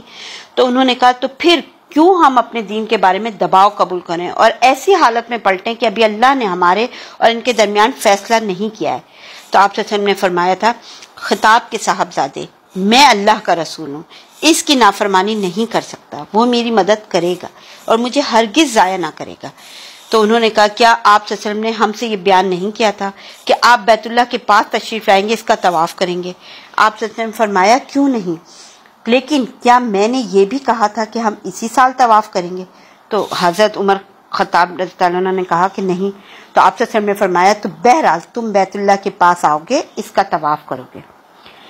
حضرت عمر رضی اللہ عنہ کو نا کسی طور چین نہیں آ رہا تھا نا، تو اس کے بعد حضرت عمر رضی اللہ عنہ حضرت ابو بکر صدیق رضی اللہ عنہ کے پاس پہنچے. ان سے وہی باتیں کہیں جو رسول صلی اللہ علیہ وسلم سے کہیں تھی. تو انہوں نے بھی ٹھیک وہی جواب دیا جو رسول اللہ صلی اللہ علیہ وسلم نے دیا تھا، اور آخر میں اتنا اور اضافہ کیا کہ آپ صلی اللہ علیہ وسلم کی رکاب تھامے رہو یہاں تک کہ موت آ جائے، کیونکہ اللہ کی قسم آپ صلی اللہ علیہ وسلم حق پر ہیں. پھر جب سورہ فتح نازل ہوئی نا، سورہ فتح کی جو آیات ہیں، جو سٹارٹنگ آیات ہیں جس میں نا ان فتحنا لک فتحا مبینا، یہ جب آیات نازل ہوئی نا جس میں اس صلح کو فتح مبین قرار دیا گیا، اس کا نزول ہوا، تو رسول اللہ صلی اللہ علیہ وسلم نے حضرت عمر بن خطاب رضی اللہ عنہ کو بلایا اور پڑھ کر سنایا نا، اور کہنے لگے یا رسول اللہ یہ فتح ہے؟ فرمایا ہاں، اس سے ان کے دل کو نا سکون ہو گیا، پھر وہ واپس چلے گئے تھے۔ بعد میں نا حضرت عمر رضی اللہ عنہ کو اپنی تقصیر کا احساس ہوا تو سخت نادم ہوئے۔ خود ان کا بیان ہے کہ میں نے اس روز جو غلطی کی تھی اور جو بات کہہ دی تھی، اس سے ڈر کر میں نے بہت سے اعمال کیے، برابر صدقہ و خیرات کرتا رہا، روزے رکھتا رہا اور نماز پڑھتا رہا اور غلام آزاد کرتا رہا، یہاں تک کہ اب مجھے خیر کی امید ہے۔ اچھا، یہ سارے ہو گیا صلح حدیبیہ کا، میں نے کمپلیٹ کیا۔ اب یہاں پر دیکھیں کہ کمزور جو مسلمان تھے ان کا مسئلہ کیسے حل ہوا، جو کہ لاسٹ چوتھی دفعہ میں تھی نا، جس میں کہا گیا تھا نا، چوتھی دفعہ میں کیا کہا گیا تھا کہ قریش کا جو آدمی مسلمانوں کی پناہ میں جائے گا مسلمان اسے قریش کے حوالے کر دیں گے، اور ہمارے پیارے نبی صلی اللہ علیہ وسلم نے کیا کہا تھا کہ اللہ ضرور کوئی نہ کوئی راستہ بنائے گا۔ تو اب اس کا مسئلہ کیسے حل ہوا تھا وہ بتاتی ہوں اب آپ کو۔ دیکھیں، ہمارے پیارے نبی صلی اللہ علیہ وسلم مدینہ واپس تشریف لا کے اب مطمئن ہو چکے تھے، تو ایک مسلمان جسے مکہ میں اذیتیں دی جا رہی تھیں چھوڑ کر بھاگ آیا۔ ان کا نام کیا تھا؟ ابو بصیر رضی اللہ تعالیٰ عنہ تھا۔ وہ قبیلہ ثقیف سے تعلق رکھتے تھے اور قریش کے حلیف تھے۔ قریش نے ان کی واپسی کے لیے 2 آدمی بھیجے اور یہ کہلوایا کہ ہمارے اور آپ کے درمیان جو عہد و پیمان ہے اس کی تعمیل کیجیے، یعنی عہد کے لحاظ سے تو انہیں واپس بھیجیے۔ نبی اکرم صلی اللہ علیہ وسلم نے ابو بصیر رضی اللہ عنہ کو ان دونوں کے حوالے کر دیا۔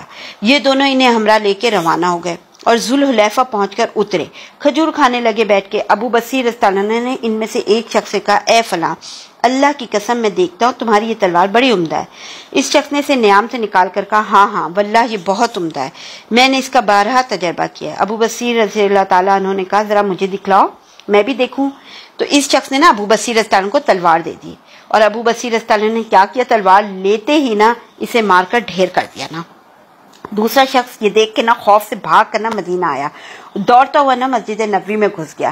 رسول اللہ صلی اللہ علیہ وسلم نے اسے دیکھا تو فرمایا کہ اس نے خطرہ دیکھا ہے۔ وہ شخص نبی صلی اللہ علیہ وسلم کے پاس پہنچ کر بولا، میرا ساتھی اللہ کی قسم قتل کر دیا گیا اور میں بھی قتل ہی کیا جانے والا ہوں۔ اتنے میں نا پیچھے نا ابو بصیر رضی اللہ عنہ بھی آ گئے اور بولے، یا رسول اللہ صلی اللہ علیہ وسلم، اللہ نے آپ کا عہد پورا کر دیا، یعنی آپ نے تو مجھے حوالے کر دیا تھا اور اب میں تو چلا گیا تھا ان کے ساتھ، اب میں واپس آ گیا ہوں، تو آپ نے مجھے ان کی طرف کیونکہ پلٹا دیا تھا، پھر اللہ نے مجھے ان سے نجات دے دیا، یہ کہنے لگے نا۔ تو رسول اللہ صلی اللہ علیہ وسلم نے فرمایا، اس کی ماں کی بربادی ہو، اسے کوئی ساتھی مل جائے تو یہ جنگ کی آگ بھڑکا دے گا۔ یعنی ظاہر ایک شخص تو واپس آیا تھا، تو ہمارے پیارے نبی صلی اللہ علیہ وسلم کہنے لگے کہ اسے کوئی آدمی مل گیا تو جنگ کی آگ بھڑک جائے گی دوبارہ سے نا۔ یہ بات سن کر نا ابو بصیر رضی اللہ عنہ سمجھ گئے کہ اب انہیں پھر کافروں کے حوالے کیا جائے گا نا، اس لیے وہ مدینہ سے نکل کر نا ساحل سمندر پر آ گئے۔ ادھر ابو جندل بن سہیل رضی اللہ عنہ بھی چھوٹ بھاگے اور ابو بصیر رضی اللہ عنہ سے آ ملے۔ ابو جندل کون تھے؟ وہ جو صلح حدیبیہ ہو رہی تھی، یعنی دفعات لکھی جا رہی تھی، تو ابو جندل رضی اللہ عنہ بیڑیاں گھسیٹتے ہوئے پہنچے تھے نا، جنہیں واپس کر دیا گیا تھا، تو وہ بھی چھوٹ کے نا وہاں سے مکہ سے چھوٹ کے وہ بھی ادھر ابو بصیر رضی اللہ عنہ سے آ کر ساحل سمندر پہ یہ دونوں جمع ہو گئے۔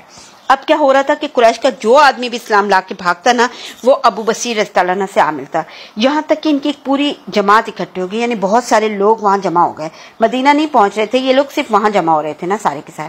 اب اس جماعت نے کیا کیا نا، اس کے بعد ان لوگوں نے کیا کیا کہ ان لوگوں کو ملک شام آنے جانے والے کسی بھی قریشی قافلے کا پتہ چلتا نا، تو وہ اس سے ضرور چھیڑ چھاڑ کرتے اور قافلے والوں کو مار کر ان کا مال لوٹ لیتے، کیونکہ قافلہ تو ادھر ہی سے گزرتا تھا تجارت کی غرض سے۔ تو قریش اس قدر تنگ آ گئے کہ انہوں نے تنگ آ کر نا نبی صلی اللہ علیہ وسلم کو اللہ اور قرابت کا واسطہ دیتے ہوئے یہ پیغام دیا کہ آپ انہیں اپنے پاس بلا لیں، اور اب جو بھی آپ کے پاس جائے گا مامون رہے گا۔ اس کے بعد نبی صلی اللہ علیہ وسلم نے انہیں بلوا لیا اور مدینہ آ گئے۔ اس طریقے سے تمام یہ مسئلہ بھی سالو ہو گیا اور اللہ نے راستہ نکال دیا۔ دیکھیں، آپ دیکھ سکتے ہیں کہ اس صلح کے ذریعے مسلمانوں کا مذکورہ مقصد اپنے تمام اجزاء و لوازم سمیت حاصل ہو گیا۔ اس طرح حاصل ہو گیا کہ بسا اوقات جنگ میں بھی فتح مبین سے ہمکنار ہونے کے باوجود حاصل نہیں ہو پاتا۔ پھر اس آزادی کی وجہ سے مسلمانوں نے دعوت و تبلیغ کے میدان میں نہایت زبردست کامیابی حاصل کی۔ چنانچہ مسلمان افواج کی تعداد جو اس صلح سے پہلے 3000 سے زائد کبھی نہ ہو سکی تھی، وہ محض 2 سال کے اندر فتح مکہ کے موقع پہ 10,000 ہو گئی تھی۔ تو یہ کیا فائدہ ہوا نا اس کا۔ اور اسی معاہدہ صلح کے بعد 7 ہجری کے اوائل میں حضرت عمر بن عاص، خالد بن ولید، عثمان بن طلحہ رضی اللہ عنہ مسلمان ہو گئے۔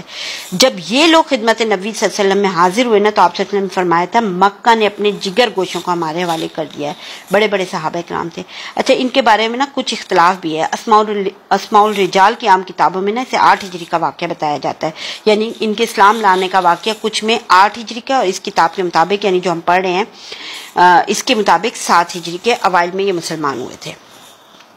ٹھیک ہے، دیکھیں صلح حدیبیہ در حقیقت اسلام اور مسلمانوں کی زندگی میں ایک نئی تبدیلی کا آغاز تھا، کیونکہ اسلام کی عداوت اور دشمنی میں قریش سب سے زیادہ مضبوط، ہٹ دھرم اور لڑاکا قوم کی حیثیت رکھتے تھے۔ اس لیے جب وہ جنگ کے میدان میں پسپا ہو کر امن و سلامتی کی طرف آ گئے تو دشمنان اسلام کے 3 بازو یعنی احزاب میں، غزوہ خندق میں ہم نے دیکھا تھا نا، ان 3 بازو نے مل کے پوری طریقے سے مدینے کا گھیراؤ کیا تھا۔ کون تھے 3 لوگ؟ کون تھے 3؟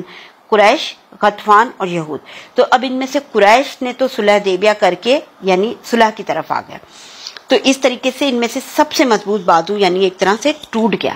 اب چونکہ قریش ہی پورے جزیرۃ العرب میں بت پرستی کے نمائندے اور سربراہ تھے، اس لیے میدان جنگ سے ان کے ہٹتے ہی بت پرستوں کے جذبات سڑ پڑ گئے اور دشمنان روش میں بڑی حد تک تبدیلی آ گئی۔ چنانچہ ہم دیکھتے ہیں کہ اس صلح کے بعد غطفان کی طرف سے بھی کسی بڑی تگ و دو اور شور و شر کا مظاہرہ نہیں ہوا، بلکہ انہوں نے کچھ کیا بھی تو یہود کے بھڑکانے پہ کیا۔ اچھا، جہاں تک تیسرا گروہ یعنی یہود کا تعلق ہے تو وہ یثرب سے جلا وطنی کے بعد خیبر کو اپنی سیسہ کاریوں سازشوں کا اڈا بنا چکے تھے۔ وہاں ان کے شیطان انڈے بچے دے رہے تھے اور فتنے کی آگ بھڑکانے میں مصروف تھے۔ وہ مدینہ کے گرد و پیش بدوؤں کو بھڑکاتے رہتے تھے اور نبی صلی اللہ علیہ وسلم اور مسلمانوں کے خاتمے یا کم از کم انہیں بڑے پیمانے پر ذکر پہنچانے کی تدبیریں سوچتے رہتے تھے۔ اچھا، اب یہاں پر نا مدنی عہد کا جو ہے نا پہلا مرحلہ کمپلیٹ ہوتا ہے۔ دیکھیں اس کتاب کے آغاز میں نے آپ کو بتایا تھا کہ نبوت و رسالت سے مشرف ہونے کے بعد ہمارے پیارے نبی صلی اللہ علیہ وسلم کی زندگی 2 واضح دور ہیں۔ کون سے؟ ایک مکی دور جو 13 سال پہ محیط تھا اور ایک مدنی دور جو پورے 10 سال پہ محیط ہے۔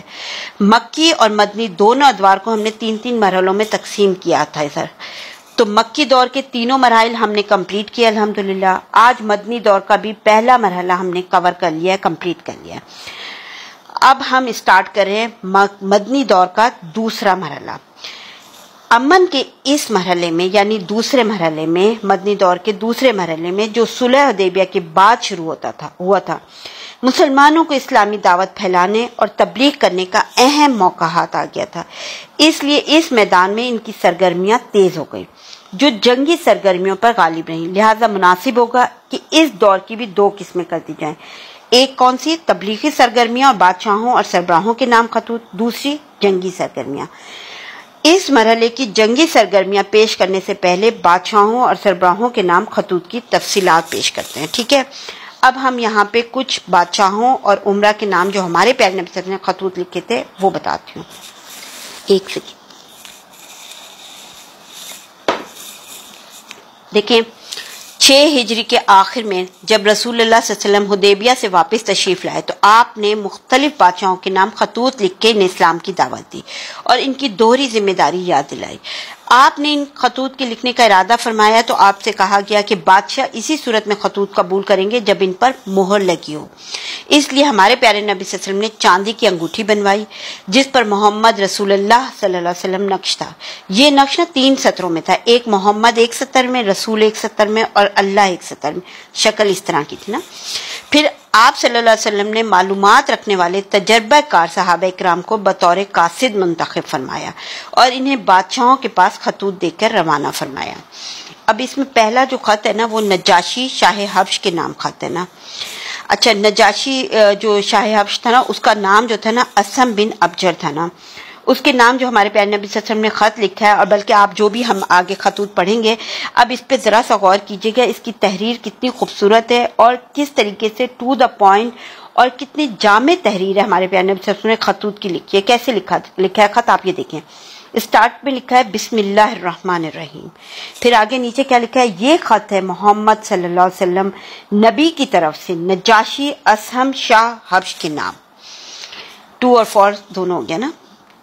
اس شخص پر سلام جو ہدایت کی پیروی کرے، اللہ اور اس کے رسول پر ایمان لے۔ میں شہادت دیتا ہوں کہ اللہ وحدہ لا شریک لہ کے سوا کوئی لائق عبادت نہیں، اس نے نہ کوئی بیوی اختیار کی نہ لڑکا۔ میں اس کی بھی شہادت دیتا ہوں کہ محمد اس کا بندہ اور رسول ہے صلی اللہ علیہ وسلم۔ میں تمہیں اسلام کی دعوت دیتا ہوں کیونکہ میں اس کا رسول ہوں، لہٰذا اسلام لاؤ، سلامت رہو گے۔ اے اہل کتاب، ایک ایسی بات کی طرف آؤ جو ہمارے اور تمہارے درمیان برابر ہے کہ ہم اللہ کے سوا کسی اور کی عبادت نہ کریں، اس کے ساتھ کسی کو شریک نہ ٹھہرائیں، ہم میں سے بعض کو اللہ کے بجائے رب نہ بنائیں۔ پس اگر وہ منہ موڑیں تو کہہ دو کہ گواہ رہو ہم مسلمان ہیں۔ اگر تم نے یہ دعوت قبول نہ کی تو تم پر اپنی قوم کے نصارہ کا گناہ بھی ہے۔ یہ خط آپ صلی اللہ علیہ وسلم نے عمرو بن امیہ زمری کے ہاتھ روانہ کیا تھا۔ خط کی تحریر آپ نے اگر غور سے سنی ہو تو دیکھیں کیا میں کتاب سیرت کی پڑھتے پڑھتے ہمیں یہ اندازہ ہوتا ہے کہ کون سی جگہ ہے جہاں پہ ہمارے پیارے نبی صلی اللہ علیہ وسلم کی سیرت سے ہمیں فائدہ نہیں پہنچ سکتا۔ خط لکھنے کا طریقہ دیکھیں، خط کتنا جامع، کس طریقے سے سٹارٹ کیا، کس طریقے سے اینڈنگ کی، اپنی بات وضاحت کی، اس کے دلائل پورے دے دیے کہ کرو گے تو کیا ہوگا، نہیں کرو گے تو کیا ہوگا۔ کتنا خوبصورت اسٹائل ہے نا، یعنی لکھنے کا بھی۔ تو ہر چیز کا تو ہمیں طریقہ اپنے پیارے نبی صلی اللہ علیہ وسلم کی سیرت پڑھ کے ہو جاتا ہے، قرآن پڑھ کے ہو جاتا ہے، پھر کیوں ہم ادھر ادھر بھٹکتے رہتے ہیں، سمجھ نہیں آتا اتنی چیزوں پہ۔ دیکھیں جب عمرو بن امیہ زمری رضی اللہ عنہ نے نبی صلی اللہ علیہ وسلم کا یہ خط نجاشی کے حوالے کیا نا، تو نجاشی نے اسے لے کر نا آنکھ پر رکھا، یعنی عزت دی، اور تخت سے زمین پر اتر آیا اور حضرت جعفر بن ابی طالب رضی اللہ عنہ کے ہاتھ پر اسلام قبول کیا، اور نبی صلی اللہ علیہ وسلم کے پاس اس بارے میں خط لکھا جو یہ اب نجاشی نے جواباً خط لکھا۔ نجاشی نے لکھا، بسم اللہ الرحمن الرحیم، محمد رسول اللہ کی صلی اللہ علیہ وسلم کی خدمت میں نجاشی اسما کی طرف سے، اے اللہ کے نبی، آپ صلی اللہ علیہ وسلم پر اللہ کی طرف سے سلام، اس کی رحمت اور برکت ہو، وہ اللہ جس کے سوا کوئی لائق عبادت نہیں، اما بعد، اے اللہ کے رسول، مجھے آپ کا گرامی نامہ ملا جس میں آپ نے عیسیٰ علیہ السلام کا معاملہ ذکر کیا، رب آسمان و زمین کی قسم، آپ نے جو کچھ فرمایا حضرت عیسیٰ علیہ السلام اس سے ایک دن کا بڑھ کر نہ تھے، وہ ویسے ہی ہیں جیسے آپ نے ذکر فرمایا، پھر آپ نے جو کچھ ہمارے پاس بھیجے ہم نے اسے جانا، آپ کے چچیرے بھائی آپ کے صحابہ کی مہمان نوازی کی، میں شہادت دیتا ہوں کہ آپ اللہ کے سچے اور پکے رسول ہیں، میں نے آپ سے بیعت کی، آپ کے چچیرے بھائی سے بیعت کی، ان کے ہاتھ پر اللہ رب العالمین کے لیے اسلام قبول کیا۔ نبی اکرم صلی اللہ علیہ وسلم نے نجاشی سے نا یہ خط بھیجا تھا نا، اس کے ساتھ یہ بھی طلب کیا تھا کہ وہ حضرت جعفر اور دوسرے مہاجرین حبشہ کو روانہ کر دیں۔ چنانچہ اس نے حضرت عمرو بن امیہ زمری کے ساتھ 2 کشتیوں میں ان کی روانگی کا انتظام کر دیا تھا، ایک کشتی کے سوار جس میں حضرت جعفر اور حضرت ابو موسیٰ اشعری اور کچھ دوسرے صحابہ رضی اللہ عنہ تھے، براہ راست خیبر پہنچ کے خدمت نبوی میں حاضر ہوئے تھے، اور دوسری کشتی کے سوار جن میں زیادہ تر بال بچے تھے سیدھا مدینہ پہنچے تھے۔ مذکورہ جو یہ نجاشی تھا نا، اس نے غزوہ تبوک کے بعد رجب 9 ہجری میں وفات پائی تھی، اور ہمارے پیارے نبی صلی اللہ علیہ وسلم نے اس کی وفات ہی کے دن صحابہ کرام کو اس کی موت کی اطلاع بھی دی تھی نا، یعنی غائبانہ نماز جنازہ پڑھی تھی اس کی نا۔ اس کی وفات کے بعد دوسرا بادشاہ اس کا جانشین ہو کے سریر آرائے سلطنت ہوا، تو نبی صلی اللہ علیہ وسلم نے اس کے پاس بھی ایک خط روانہ فرمایا تھا، لیکن یہ معلوم نہیں ہو سکا کہ اس نے اسلام قبول کیا تھا یا نہیں کیا تھا۔ اچھا میں ایک خط اور پڑھ دوں، اس کے بعد پھر میں اس کو روک لوں گی کیونکہ پھر ہم انشاءاللہ نیکسٹ لیکچر میں کریں گے۔ تو وہ خط جو ہے نا، دوسرا خط جو ہے نا، مقوقس شاہ مصر کے نام خط ہے نا، یعنی ایجپٹ کے بادشاہ کے نام۔ اس کے نام جو خط لکھا تھا نا وہ یہ تھا، اس کا نام مقوقس تھا نا، مصر اور اسکندریہ کا بادشاہ تھا۔ ہمارے پیارے نبی صلی اللہ علیہ وسلم نے اب اس خط میں کیا لکھا ہے ذرا اس کو بھی دیکھیں۔ بسم اللہ الرحمن الرحیم، اللہ کے بندے اور اس کے رسول محمد صلی اللہ علیہ وسلم کی طرف سے مقوقس عظیم قبط کے جانب، اس پر سلام جو ہدایت کی پیروی کرے، اما بعد، میں تمہیں اسلام کی دعوت دیتا ہوں، اسلام لاؤ سلامت رہو گے، اسلام لاؤ اللہ تمہیں دوہرا اجر دے گا، لیکن اگر تم نے منہ موڑا تو تم پہ اہل قبط کا بھی گناہ ہے۔ اے اہل کتاب، ایک ایسی بات کی طرف آ جاؤ جو ہمارے اور تمہارے درمیان برابر ہے کہ ہم اللہ کے سوا کسی کی عبادت نہ کریں، اس کے ساتھ کسی چیز کو شریک نہ ٹھہرائیں، اور ہم میں سے بعض کو اللہ کے بجائے رب نہ بنائیں، پس اگر وہ منہ موڑیں تو کہہ دو کہ گواہ رہو ہم مسلمان ہیں۔ اس خط کو نہ پہنچانے کے لیے نا حضرت حاطب بن ابی بلتا کا انتخاب فرمایا تھا ہمارے پیارے نبی صلی اللہ علیہ وسلم نے، اور جب وہ مقوقس کے دربار میں پہنچے تھے نا تو انہوں نے خود بھی مقوقس سے فرمایا تھا کہ اس زمین پر تم سے پہلے ایک شخص گزرا ہے۔ کون گزرا ہے؟ مصر کا کون تھا وہ؟ ٹھیک ہے، جو اپنے آپ کو رب العالی سمجھتا تھا، فرعون نا۔ اللہ نے اسے آخر و اول کے لیے عبرت بنا دیا. پہلے تو اس کے ذریعے لوگوں سے انتقام لیا، پھر خود اس کو انتقام کا نشانہ بنایا. لہٰذا دوسرے سے عبرت پکڑو، ایسا نہ ہو کہ دوسرے تم سے عبرت پکڑیں. مقوقس نے اس پر کہا تھا کہ ہمارا ایک دین ہے جسے ہم چھوڑ نہیں سکتے جب تک اس سے بہتر دین نہ مل جائے، یعنی تیار نہیں ہو رہا تھا اس وقت ماننے کے لیے.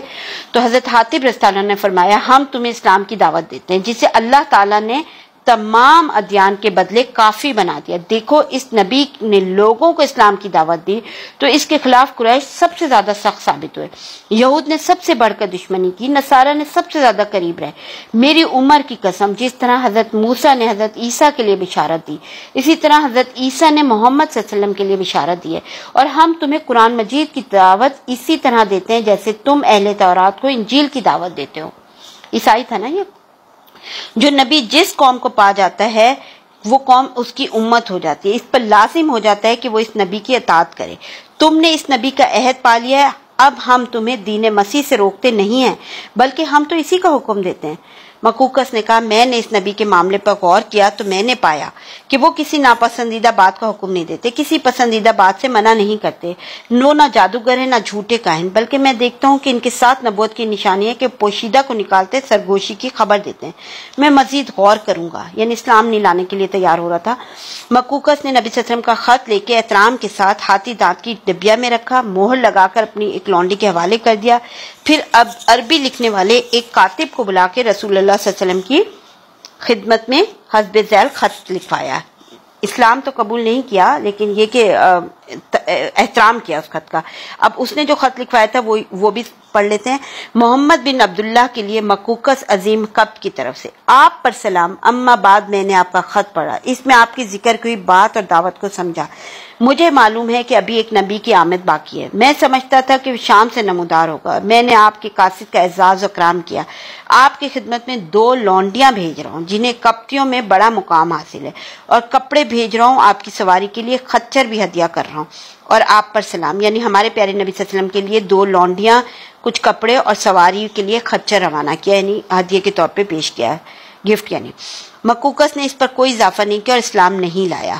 دونوں لونڈیاں ماریا اور سیرین تھیں. خچر کا نام دلدل تھا.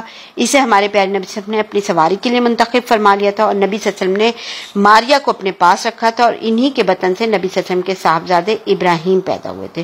اور سیرین جو تھی نا لونڈی، اس کو حضرت حسان بن ثابت انصاری رضی اللہ عنہ کے حوالے کر دیا تھا، یعنی انہیں ہبا کر دیا تھا. یہاں پر آج ہم اپنے لیکچر کو روکتے ہیں. انشاءاللہ نیکسٹ لیکچر میں اس کے آگے جو خط لکھے گئے ہیں فارس کے، شاہ فارس کے نام، شاہ روم کے نام، اور پھر شاہ عمان وغیرہ کے نام بھی ہیں، تو وہ انشاءاللہ اپنے نیکسٹ لیکچر میں ہم کور کریں گے. ایک دعا کے ساتھ اپنے لیکچر کا اختتام کرتی ہوں. بسم اللہ الرحمن الرحیم. رب اوزنی ان اشکر نعمتک التی انعمت علی وعلی والدی وان اعمل صالحا ترضی واصلح لی فی ذریتی انی تبت الیک وانی من المسلمین. اے میرے رب، مجھے توفیق دے کہ میں تیری اس نعمت کا شکر ادا کروں جو تو نے مجھ پر اور میرے والدین پہ عطا فرمائی، اور یہ کہ ایسا نیک عمل کروں جس سے تو راضی ہو جائے، اور میرے لیے میری اولاد کی اصلاح فرما دے. بے شک میں نے تیری طرف توبہ کی اور بے شک میں مسلمانوں میں سے ہوں. آمین یا رب العالمین. السلام علیکم ورحمۃ اللہ وبرکاتہ. کو سب مل چکی حق کی نعمت، ادا کر چکی فرض اپنا رسالت، رہی حق پہ باقی نہ بندوں کی حجت.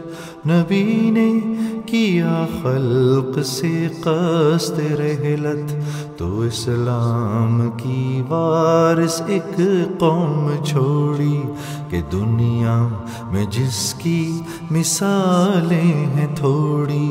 سب اسلام کے حکم بردار بندے، سب اسلامیوں کے مددگار بندے، خدا اور نبی کے وفادار بندے، یتیموں کے رانڈوں کے غمخوار بندے، رہے کفر و باطل سے بیزار سارے، نشے میں مئے حق کے سرشار سارے. جہالت کی رسمیں مٹا دینے والے، کہانت کی بنیاد ڈھا دینے والے، سر احکام دی پر جھکا دینے والے، خدا کے لیے گھر لٹا دینے والے، خدا کے لیے گھر لٹا دینے والے، ہر آفت میں سینہ سپر کرنے والے، فقط ایک اللہ سے ڈرنے والے، فقط ایک اللہ سے ڈرنے والے، اگر اختلاف ان میں باہم دیگر تھا تو بالکل مدارس کا اخلاص پر تھا، جھگڑتے تھے لیکن نہ جھگڑوں میں شر تھا، خلاف آشتی سے خوش آئندہ تر تھا، یہ تھی موج پہلی اس آزادگی کی، ہرا جس سے ہونے کو تھا باغ گیتی، نہ کھانوں میں تھی وہاں تکلف کی کلفت، نہ پوشش سے مقصود تھی زیب و زینت، امیر اور لشکر کی تھی ایک صورت، فقیر اور غنی سب کی تھی ایک حالت، لگایا تھا مالی نے ایک باغ ایسا، نہ تھا جس میں چھوٹا بڑا کوئی پودا، خلیفہ تھے امت کے ایسے نگہباں، ہو گلے کا جیسے نگہبان چوپاں، سمجھتے تھے ذمی و مسلم کو یکساں، نہ تھا عبد و حر میں تفاوت نمایاں، نہ تھا عبد و حر میں تفاوت نمایاں، کنیز اور بانو تھی آپس میں ایسی، زمانے میں ماں جائی بہنیں ہو جیسی، زمانے میں ماں جائی بہنیں ہو جیسی، بلغ العلا بکمالہ کشف الدجى بجمالہ، حسنت جميع خصالہ، صلوا علیہ وآلہ، صلوا علیہ وآلہ، بلغ العلا بکمالہ کشف الدجى بجمالہ، حسنت جميع خصالہ، صلوا